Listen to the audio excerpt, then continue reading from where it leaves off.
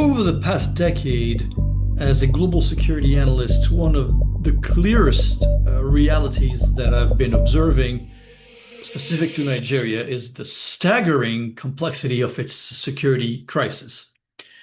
What outsiders often miss is that the violence in that country perpetrated by Boko Haram, by the so-called bandits, the armed herders groups, is not driven by solely religious motives. Instead, these groups are engaged in, what's clearly widespread raiding, mass abductions, and targeted attacks that impact civilians across Nigeria's vast territory, in my opinion, regardless of whether their victims are Christians, Muslims, or belong to any other community and religious group.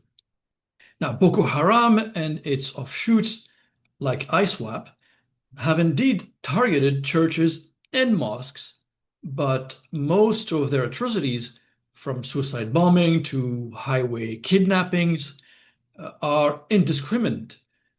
They're resulting in a lot of suffering for entire communities. And similarly, the wave of banditry and armed herder-farmer conflicts in the north and the central belts stems from a toxic mix of land competition, state failure, organized crime, climate stress, not a single-minded agenda of religious prosecution. So the hard numbers tell a crazy story, right? Thousands are killed every year, more than a million displaced, and over 7 million in need of urgent humanitarian assistance in 2025 alone.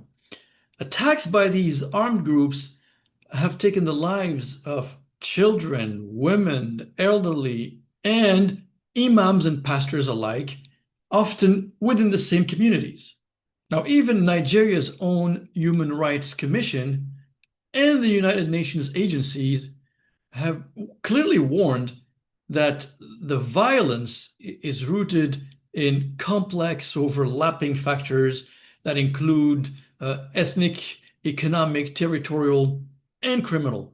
Farmer-herder violence, in particular, is often painted outside the region as religious. But on the ground, trust me, it's more about survival. It's more about competition for shrinking resources. Military responses, while occasionally effective against large terror groups, have themselves resulted in civilian casualties. We've read and many of these events, and that's further muddying the waters of accountability. Now, against this backdrop, President Donald Trump's recent call for U.S. troop intervention in Nigeria, framed as an urgent mission to, and I'm quoting, save Christians, mischaracterizes the drivers of violence and clearly risks fueling dangerous, simplistic narratives. It's true that Nigeria's Christians and Muslims are both victims of appalling brutality, but U.S. or global policymakers must recognize that this is not a one-sided religious war, but rather a multi-layer crisis that requires nuanced, locally driven solutions and genuine support for Nigeria's overstressed institutions. Now, it's also notable that President Trump's interventionist language comes at the moment when many American Christians are expressing doubts about the current administration's foreign policy priorities. Now, raising the issue of persecuted Christians abroad, I would argue, can serve not just humanitarian concern, but political mobilization at home, which is, by the way, a familiar dynamic in international relations. Ultimately, Nigeria's path to stability will demand a focus on governance, a focus on rule of law, on economic opportunity for all faiths, for all groups, not just outside military force. We oversimplify this at our own peril.